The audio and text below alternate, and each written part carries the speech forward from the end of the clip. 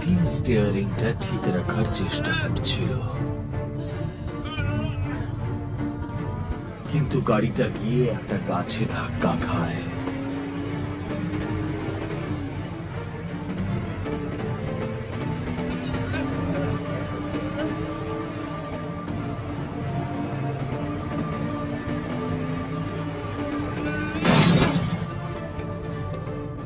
আর ধাক্কা খাওয়া মাত্রই ওই ডাকিনীটা গাড়ি থেকে পড়ে যায়,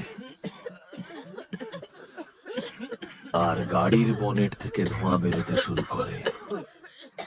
তাড়াতাড়ি গাড়ি থেকে নাম, গাড়ি ব্লাস্ট করতে পারে। শুনে সবাই ভয় পেয়ে গাড়ি থেকে নেমে দাঁড়ালো। ওই ভয়ঙ্কর দেখতে মহিলা কে ছিল, আর হঠাৎ করে উধাও হয়ে গেল কোথায়? তার মানে হলো খবরটা সত্যি ছিল। আমার তো মনে হচ্ছে এই সেই ডাকিনি যার ব্যাপারে খবর ছাপা হয়েছিল। আমাদের প্রথম থেকে এই রাস্তাটা ধরাই উচিত হয়নি। আমরা আটকে গেলাম তো, তার উপরে গাড়িটাও খারাপ হয়ে গেছে। আমরা এখান থেকে বেরোবো কি করে?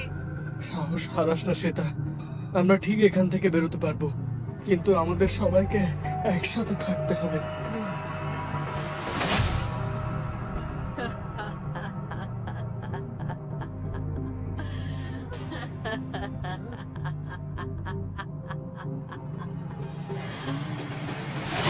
সব কটাকে মরতে হবে। আওয়াজটা শুনে সবাই ভয় পেয়ে গেল। ওদের কাছে হেঁটে যাওয়া ছাড়া আর কোনো অপশন ছিল না।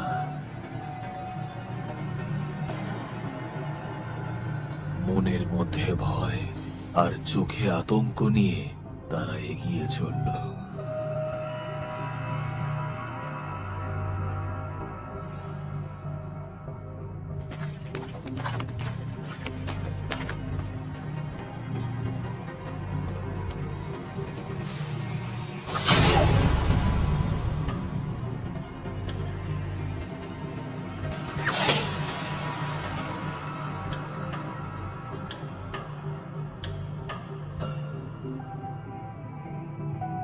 ডাকিনী ওদের উপর কড়া নজর রাখছিল, আর এক গাছ থেকে অন্য গাছে গিয়ে ওদের পিছু করতে লাগলো।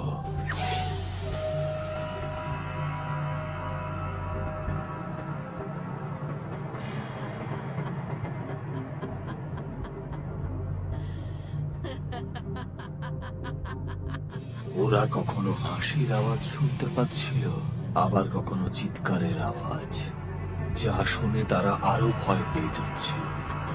কিন্তু কোনোভাবেই ওরা ওদের হাঁটা থামালো না। ডাকিনী ওদের থেকে কিছুটা এগিয়ে গেল। এবার একটা গাছে পা ঝুলিয়ে সে তাদের জন্য অপেক্ষা করতে লাগলো। আর ওই গাছটার নিচে আসা মাত্রই ডাকিনী চিৎকার করতে করতে নিতিনের উপর লাফালো।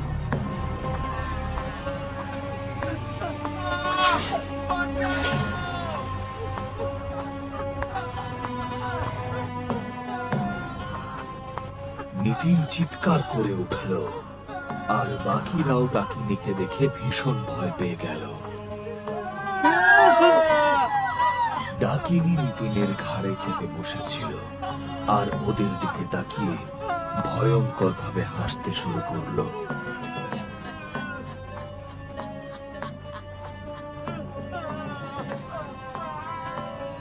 নিতিন নিজেকে ছাড়ানোর জন্য খুব চেষ্টা করছিল, কিন্তু ডাকিনী এতটাই চেপে ধরেছিল যে নিতিন কিছুতেই পারছিল না। নিতিন! এই বলেই নিতিনকে বাঁচানোর জন্য যখন রেহান এগোলো,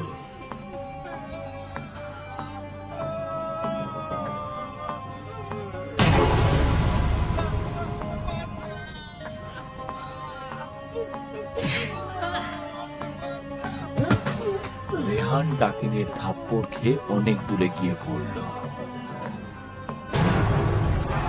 আর ডাকিনী পেছন থেকে নিতিনের গলাটা চেপে ধরল।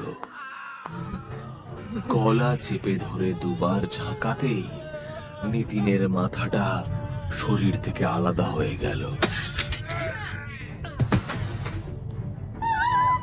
এই দৃশ্য দেখে সবাই ভয়ে চিৎকার করে উঠল। আর ডাকিনী ওদেরকে দেখে আবার হাসতে শুরু করলো।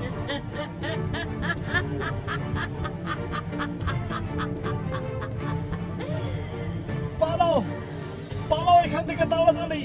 রেহান চিৎকার করে বলল আর দৌড়ে ওদের কাছে পৌঁছলো। আর ওরা যেন তেন প্রকারে ওখান থেকে পালানোর চেষ্টা করলো। ভয়ের চোটে ওদের খেয়ালই ছিল না যে ওরা কোন দিকে যাচ্ছে। ওদের শুধুমাত্র ডাকিনীর থেকে বাঁচাটাই মূল উদ্দেশ্য ছিল, কিন্তু ওরা আর কত